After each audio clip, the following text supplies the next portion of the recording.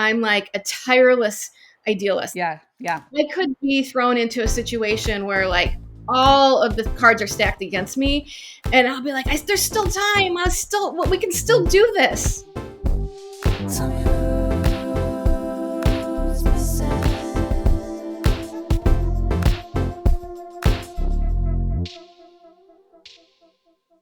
Whew. All right. If you don't have a fire in your belly this morning, I don't blame you. Life can be hard. But today's conversation is with someone who wakes up with a fire in her belly after a career that maybe has some meandering to it. She's found her place and she is thrilled to be there. She is Steph Piccirilli. She is the CEO of Ignite, an organization that I decided to become a director of on the board a couple of years ago, very intentionally. I have no doubt after you listen to our conversation, which covers topics like mortality, like grief, like tomato growing. That's a fun Easter egg in this episode. That you too will begin to give yourself some time to really think about what matters to you and get to work on that very thing. With that, I hope you enjoy today's episode. Thank you for listening. Oh my gosh.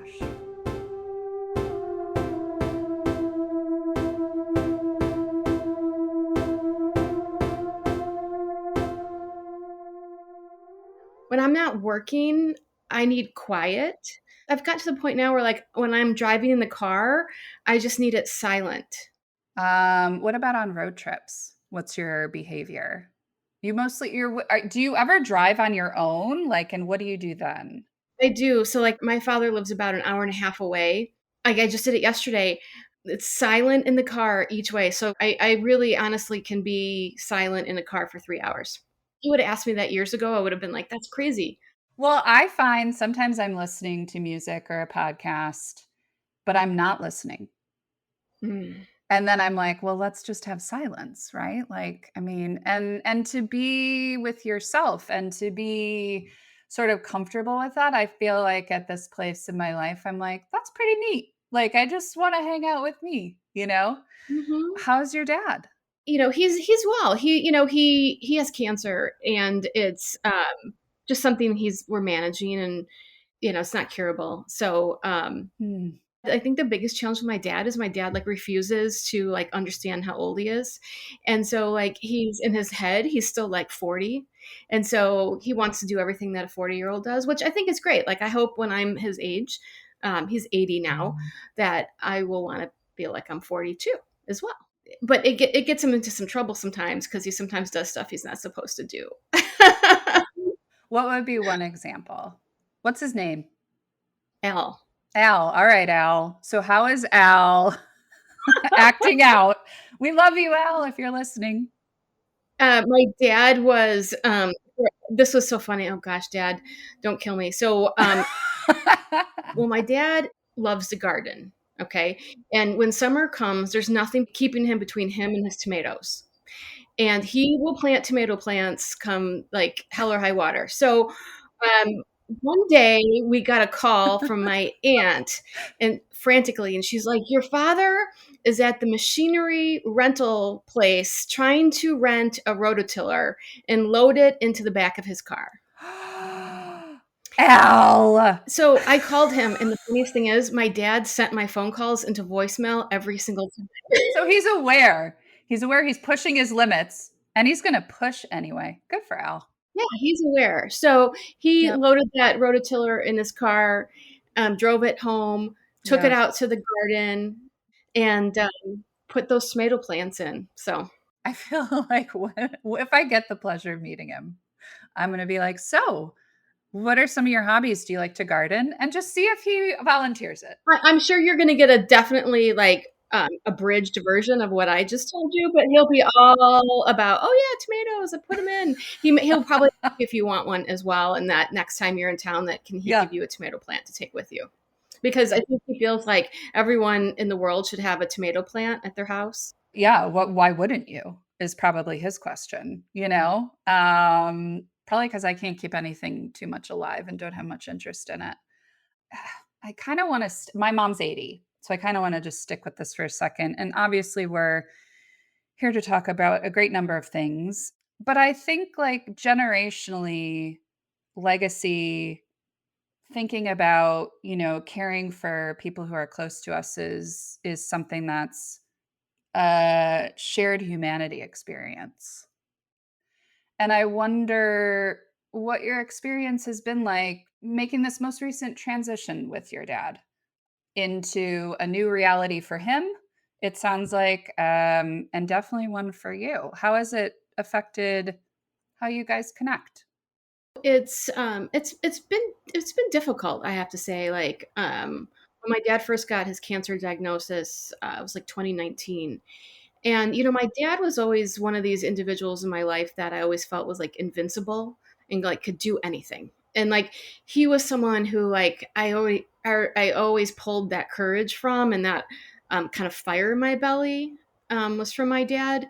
And so, when he got his diagnosis, he still had that same kind of fire in his belly, and he seemed like he was just gonna attack it, and everything was gonna be okay. And I think like I believed it too. And my sister and I were like, okay, yeah, Dad's gonna beat this. And when we realized that it wasn't gonna go away, and it was something that we just had to manage, I think it changed like a lot of things for us. Like all of a sudden, like here's this person who's invincible. And this is really like I think a selfish thing on my part, is that okay, now there's this person who actually has something that's hard to deal with, and I can't fix it. Because my dad was always like, we can fix everything. Nothing is ever broken. We'll always make sure it's okay. And when my dad arrived at the place of, I can't fix this, I wish I could, and I can't. I think that was hard because all of a sudden, like your mortality starts to become really real, and kind of that fire that's there starts to feel like it diminishes a bit, and so it's hard to like kind of stay in it and like always have like that positive attitude about it. When you come to that realization, like this is what things will look like going forward. So like we're in this space right now with my dad where we don't really know like what the future looks like. And sometimes I feel like we're making it up day by day with him. And I think he's making it up day by day too. I think he's kind of like in a place of fighting it, but realizing he's going to have to accept it and he doesn't want to. So it's hard to watch him go through that. And I wish there was something that I could do. I feel a little helpless. Yeah. It's reminding me of this feeling that I explore sometimes around how hard it is for people to grieve together, and just sort of, it's like, it's sad, but the compulsion culturally is like stay positive, right? And I wonder, especially in your line of work and also as a daughter, like how you balance internally, right? The staying positive and allowing for the grief to be there. You not only with Al, I feel like I know Al now. I feel like I could describe, I have a vision now of what he looks like. I'm like, now I have to meet Al. Al would love you too. Like my dad loves people. Like he can go in anywhere and like meet and talk to people. Like it's just incredible. I can't tell you how many times throughout my life people are like, oh, I know your dad. Yeah, charming, effervescent, and a fan of bending the rules, which I kind of am too. I guess stuff, right? Like we know the future is unknown, so we're going to, be optimistic about it, but also grieve that it's hard. How are you doing with that in general? Gosh, I'm about to get choked up right now. Just an aside Go for it. note. Because like, well, so here's one thing I will say, and this is just kind of how I'm wired, is for me, the work that I do outside of my home and the work and the love that I give to everything inside my home, to me, there's like no beginning and end. And I don't feel like it's an unhealthy mix. I mean, I have boundaries and I've learned to be able to balance my life, but like in many ways, the common bond between everything is my desire and my like spirit to serve. And like that's kind of how I feel about my family and my children and my dad, and how I feel at work. Like I'm here to provide support and service to individuals, and to like leave this place in a better state than what I found it when I arrived. And I think for my dad, and kind of like going through what he's going through in his life, and how I think about that at work, is that the time clock is ticking much louder in my brain, when it comes to helping my family and serving my family and my dad, but also doing this work at Ignite as well. Like for, I think what the grieving that I'm doing is that there's going to be an end. And I don't want to sound morbid, but like there's going to be an end to my time here at some point. And, how do we as people like make the most of it and really leave things in a place that, people can thrive after we leave. And I feel that way about my children. I mean, even with my dad, like my sister and I talk about this all the time. We're like, how do we ensure that dad's years are as beautiful and, full as possible? And like, how do we make sure we show up for him in a way that makes it possible for him to feel that way? Um, and then like, those are the same sentiments I have at work. How do I show up at work and make sure that all the young people and the staff that come through our doors, um, are living into like every aspect of their life that they want to live into? And how do I show up to make sure that they have, all of the opportunities that are meant for them? So there's a lot of like similarities, and I think for me, like going through this with my dad at the same time, it's just much more real every day for me. Let's just talk about like end of life for a moment, because I think whenever I even notice this in myself, stuff like whenever end of life, you mentioned his cancer unfortunately, it can't go into remission, right? My dad had a similar battle and fought, and then he died. And maybe we're not talking about like what's imminent, but just the thinking and the planning and the awareness that that happens. What do you make of just your own experience with, I don't know, interacting with that reality? Like some of us want to avoid it. Arnie and I just did our wills. Like I can't say it was fun. Uh, but I can say that the older I get and maybe the more I experience, the less afraid I am of like what it means to talk about, you know? Gosh, I guess there's some fear there. I feel like for me, with so my mom passed away, in 2020. And when you lose a parent, it's like you lost a tether to something, like this thing that was like kind of grounding you and tethering you to something in the world just like snaps. And so like what's been present for me, and this is like very self-centered, and it's not about my dad, but like there's part of me that's like, okay, my dad is coming to this end, that the second tether is leaving. um and it then, I have children, and it just takes you like, all of a sudden you start going down this like kind of rabbit's hole, like thinking about the impact of when someone leaves, and what it has on your life, and like what do you want to leave behind. I know my husband and I've talked about wills and things like that. Like I haven't done it either, and I need to do this, and there's times where I'm like, oh my gosh, I can't believe I'm at the age now. I mean, like Al is in me. Like when I was a little kid, people used to call me Little Al. They called me Little Al. Like I resembled my dad. Everyone would be like, "It's Little Al. Here comes Little Al."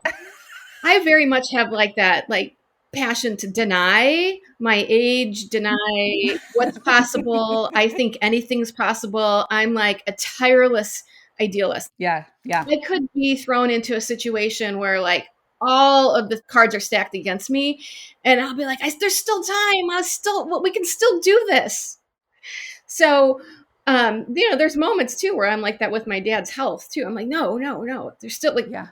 got it. Like there's still things here to fix. So, I think that it is like, wow, okay, I've got to think of reality a little bit more. I do feel a little bit invincible, like, I'm going to get up every day and like go about doing what I need to do. Couple reflections. One was the tether, and I think about in your work and how I've known you. So I met you for coffee. Gosh, it must have been 2 years ago.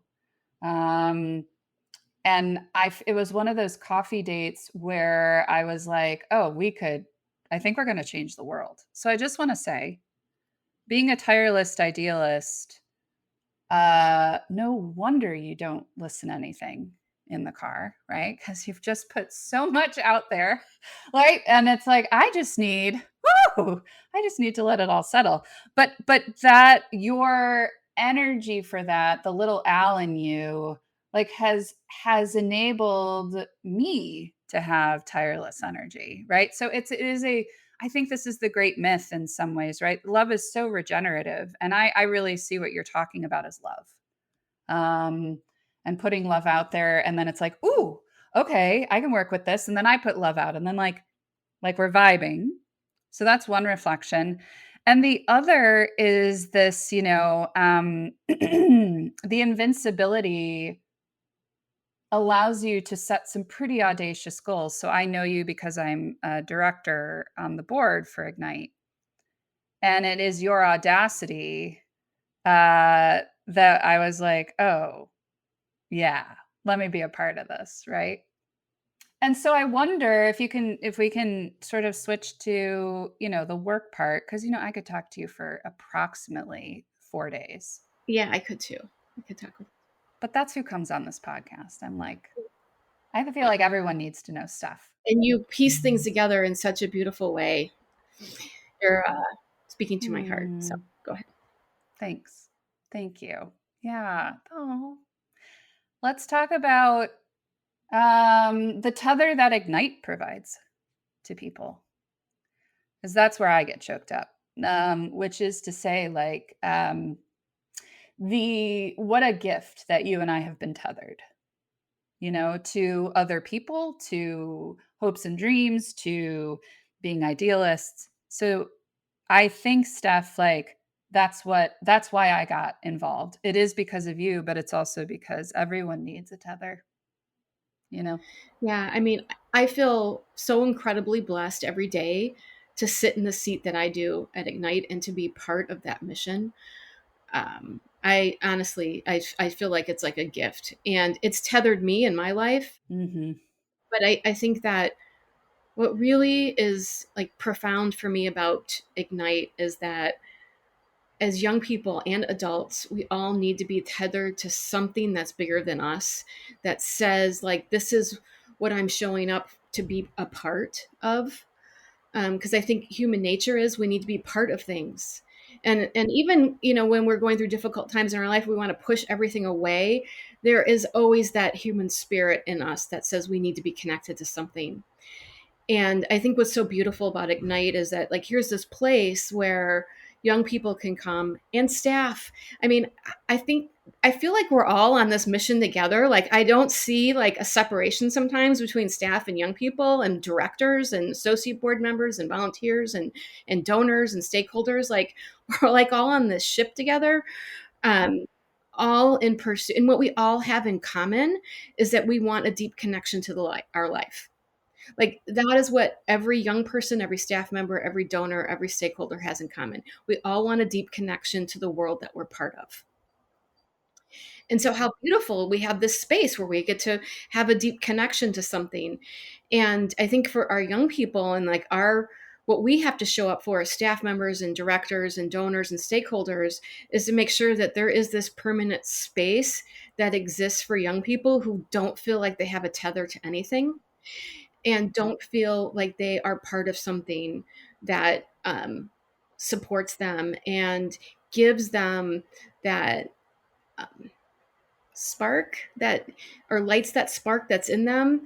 And I think that's kind of our biggest task as an organization is to make sure young people don't lose that spark inside of them. and that they know that they're part of something bigger. They're part of the whole world. It's interesting. I think there's times in my life where if you had said to me, "You're gonna be tethered," I'd be like, "The fuck I am." Like, I'm not tethered to anything. My top value is independence, like in my whole life, right? And I've realized that, at various stages in my life, what enabled me to be independent was that I was tethered, Like you just said, we all inextricably want to be connected. And connected, I think the spark you mentioned, like connected on our own terms. So, can you speak a little bit about the autonomy and integrity of each individual at Ignite? What goes into providing a tether that also provides you freedom for young people? That's such a great way of looking at it. Like, we recognize that every young person has like this fire inside of them to realize like the biggest dreams of their life or the biggest goals that they have. It's innate in like that young spirit, right? Like constantly wanting to like spread their wings and learn, and they should. I think what's really special about Ignite is that we provide a supportive environment through housing, through case management, through just how we go about like delivering trauma informed care to young people, recognizing that they have been through trauma. You know, every young person who's experienced homelessness, housing instability, or has witnessed violence has experienced trauma, and it has impacted them. And we recognize that, and we understand that that is a part of every young person who comes through. So we have to keep that in mind always when we're doing our work.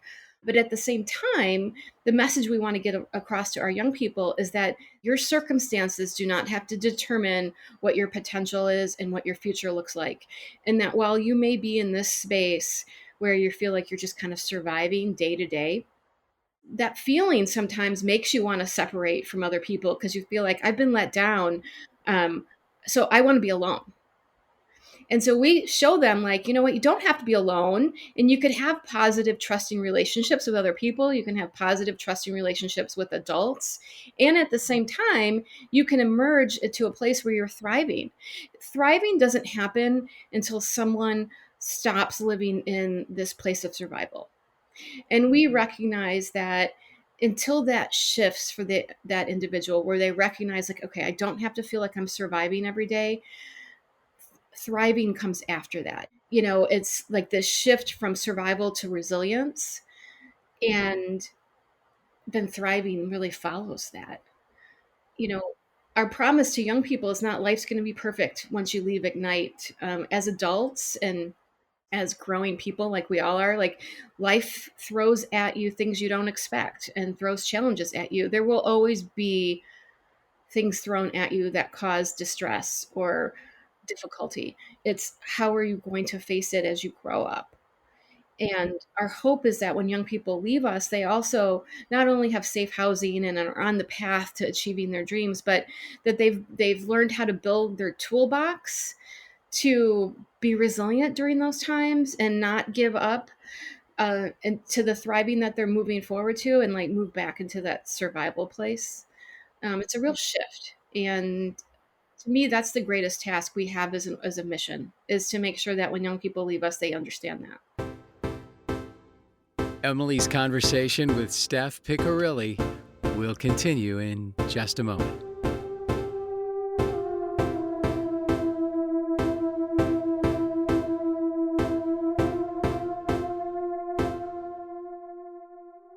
Stephanie would like to spotlight Ignite. I connected with Ignite many years ago. And one of the reasons why I connected with Ignite was that I was doing work with adults who were experiencing homelessness in Chicago. And it was such fulfilling work, and it was so meaningful. And, you know, I spent a lot of time talking to the clients that I was serving and finding out kind of what their journey was to get to this place. And we celebrated where they were headed. And I can't tell you time after time how many adults said to me that I wish I had someone in my life when I was like 18 or 19 years old that could have supported me and been like the safety net or the support system for me. I would have made different choices. Ignite envisions a world where young people are defined by their potential, not their circumstances. It has a drop-in resource center, 4 residential programs, independent life skills training, and more, all toward creating futures with promise. You can provide support and read their stories of impact at ignitepromise.org.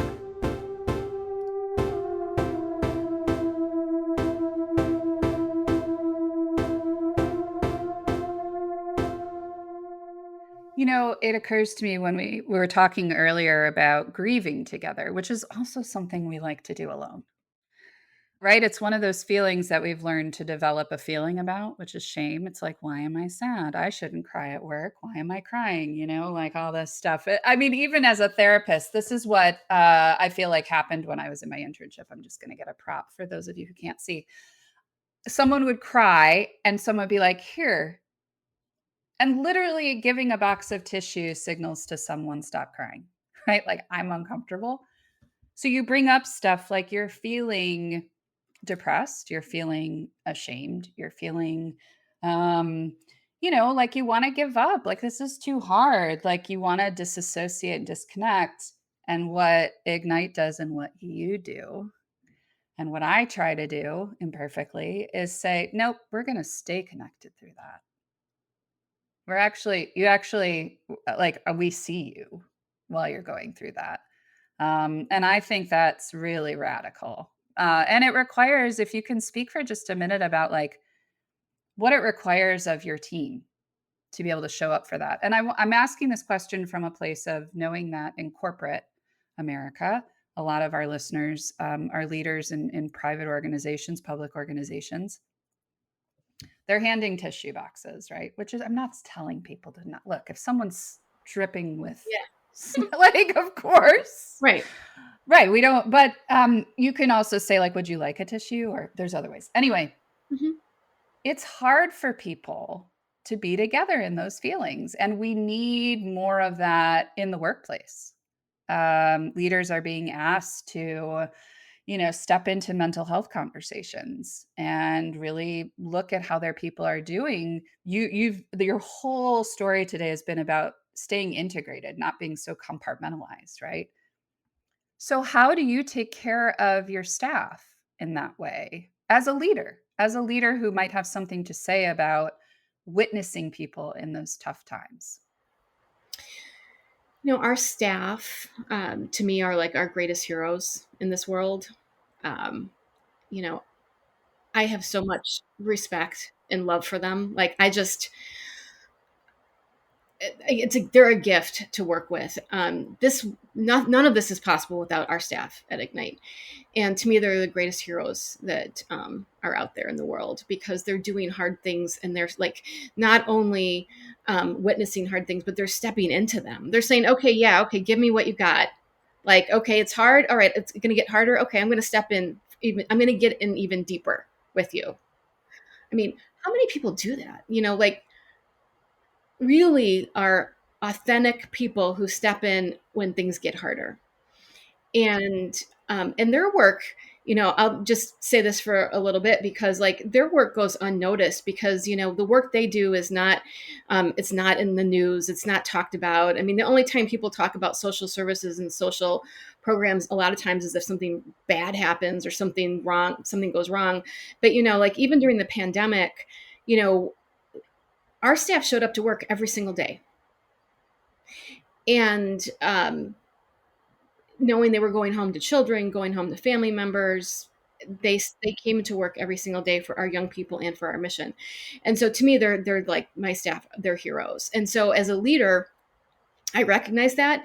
And I feel like my job is to make sure they have everything they need to be happy, healthy, and do the best work that they can do. And quite frankly, when people ask me, like, in your role as CEO, like, what's your day look like? Or what are you tasked with? I mean, I could come up with a laundry list of things that I'm responsible for. The number one thing I'm responsible for is making sure my staff and my youth have everything they need to be able to thrive in either their work that they do or in the life that they want to lead. That is my number one responsibility as a leader. And those are the things that I have to ask questions about. And those are the things that I have to spend a lot of time making sure I'm providing for them. And if it's an ear to listen to them, if it's a resource, if it is making time for them, that's the most I do not want to fail them. And it is something I think about every single day when I wake up and when I go to bed at night. And I'm not encouraging leaders to like have an unhealthy balance. I guess what I mean by that is that it is so present for me that, and I feel like it's a gift that it's present for me, that it is top of mind. I can feel the fire in your belly. So I want to stay with that. Because this, yeah, it is something that you wake up sort of determined to do. I would love to just hear from you, Steph. Like, you've got a couple things, right? You're a tireless idealist, but you're also willing to fight. And again, I feel like you and I are really good at disclaimers. We obviously don't mean fighting physically and hurting people, okay? Can we all just like, but what are you, this fire in your belly, because I feel it, so let's stay with it. What are you fighting for right now? Like, what are you fight? What are a couple things, or what's an example, if you want to go from it, however you want to answer, of fighting on behalf of your staff, right? For what they need, to maybe embody for leaders, like, this is what it looks like. And it is scary, sure, but this is what we need to do as leaders. Wow. I have a list of things that, and here's what I want to say. So I'm going to throw a disclaimer out there too. Like, I want to share these stories, but I don't want to come across like this is something I did by myself, or that like, like it's all about me, because it's not about me. But I will fight for our youth and our staff all the time. And that belief in what we want to accomplish and what their needs are. And I feel like that's my role as the CEO. But like there are times when, oh gosh, like, coming out of the pandemic, we are going into the pandemic, we were like, okay, our staff need resources. We need to pay them more. So like, we made the decision, like, we're going to give our staff hazard pay. Like, we're paying them more money than they're coming into work. They need the care.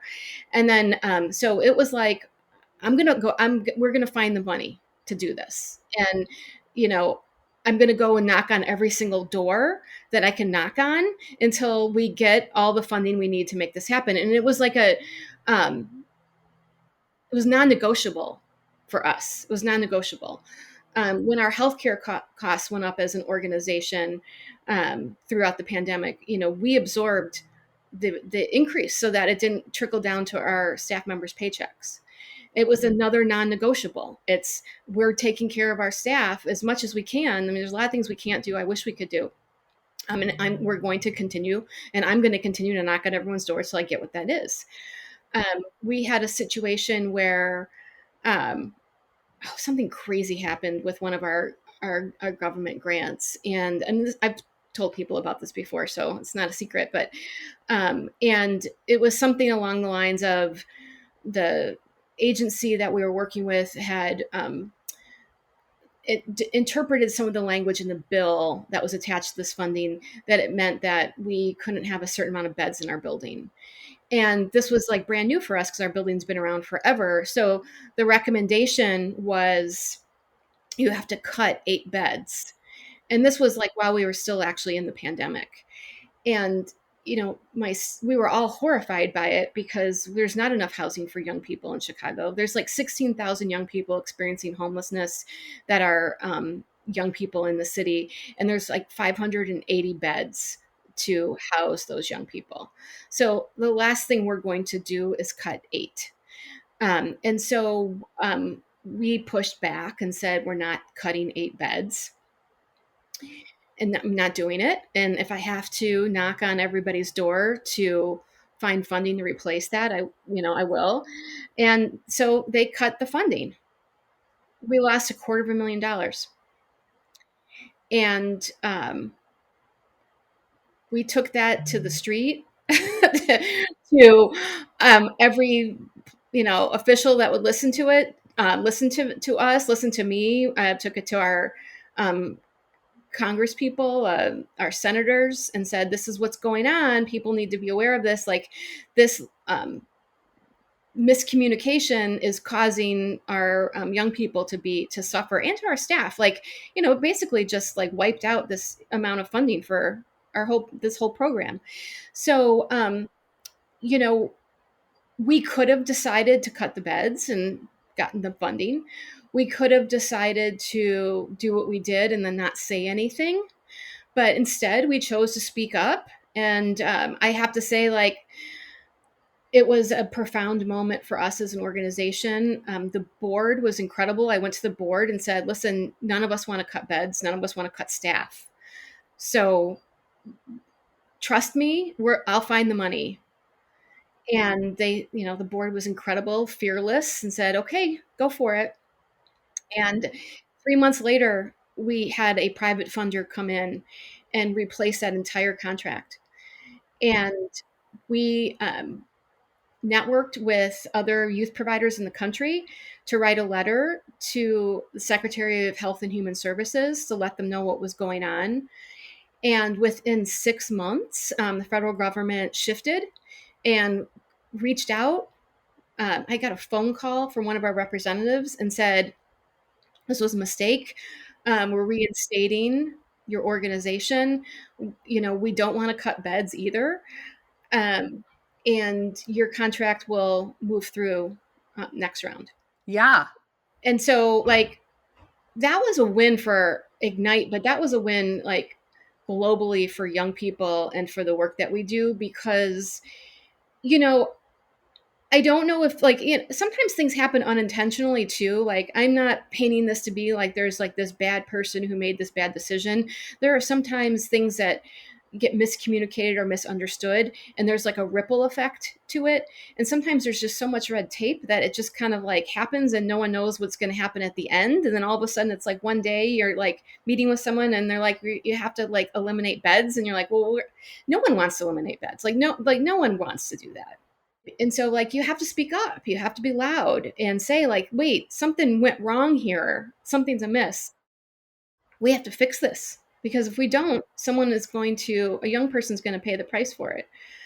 So that's one of the stories that comes to mind, that, like, that fire was very present. I know, I can feel it. You don't even, I mean, I'm reliving it right now, and I'm like, jump through like the computer, because like it was and organizing across the country with other youth providers to get this letter moving forward to the Secretary of Health and Human Services, and to make sure people understood what was going on, was really important, and set a precedent, I think, for our sector. Yeah. Thank you for delivering the fire in your belly in such a way that we can hear you.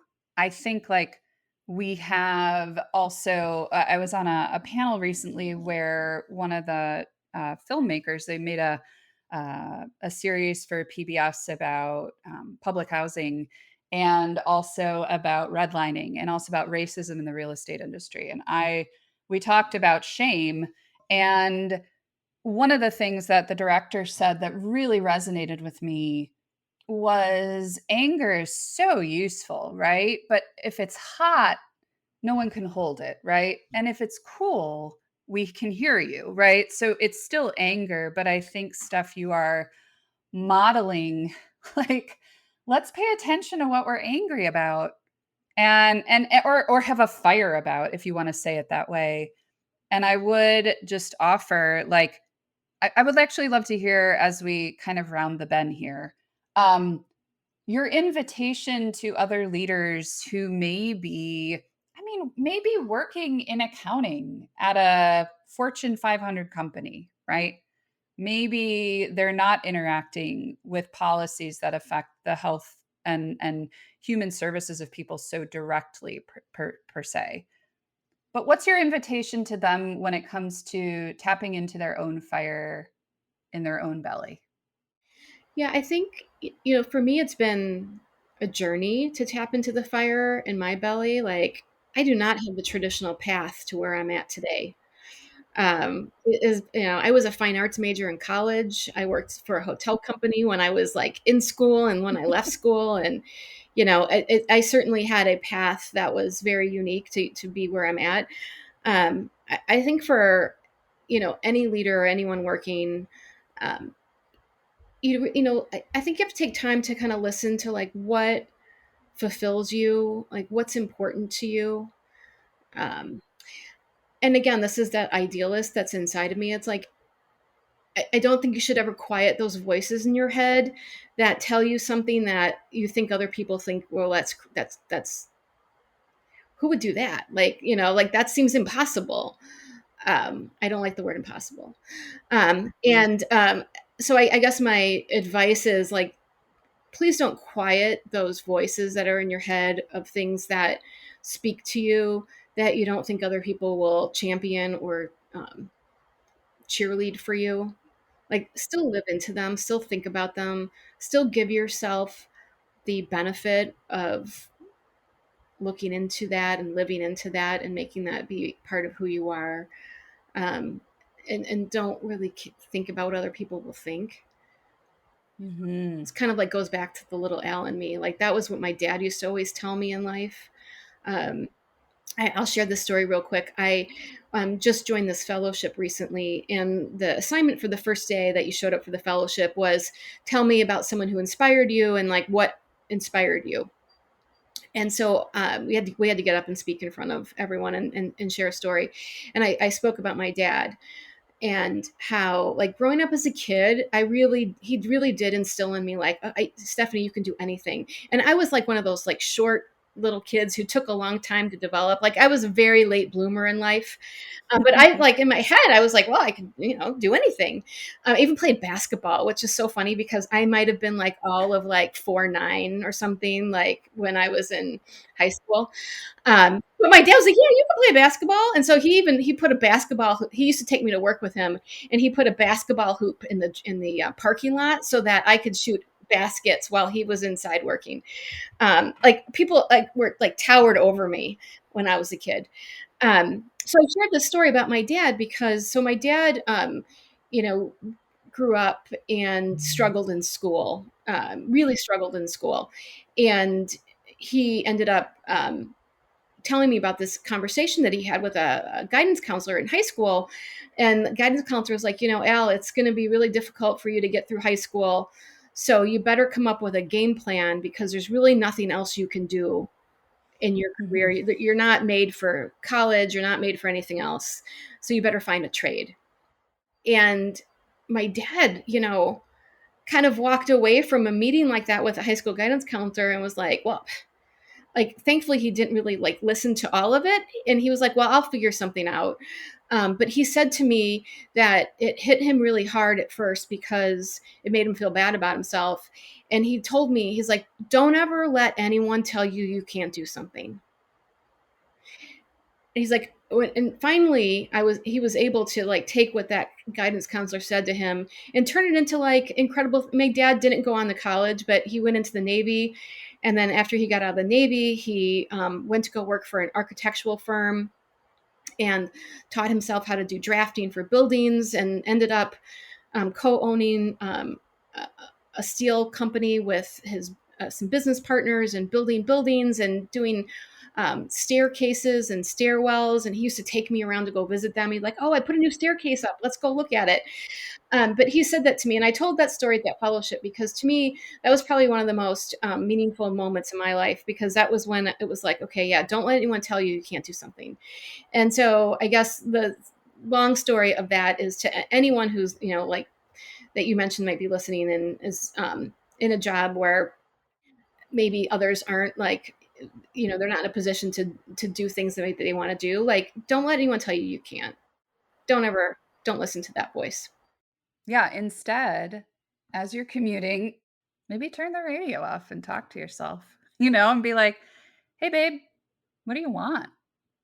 Is there a fire? Do you want to find a fire? Because you guess what? There's community that can help you with that. Stoke those flames. That's a powerful message that it's not stirring things up arbitrarily, right? It's like no, this is like soul level stuff here that I got to do. And to your point, Steph, it's like you, me, and all the residents at Ignite and everyone in Chicago wants to feel that. We all want to feel that, you know? Like we all have that in common. Hell yeah. We're not far away from each other. Like we're more connected than we think. Thank you, Steph, for being so candid about your journey in life. And as always, listener, please think of one person you know could use this conversation. I can think of a couple, especially people who are going through elder care. And share this episode in this moment. And we always appreciate your ratings and reviews. They help others discover us and discover who's missing from their lives. Thanks for listening.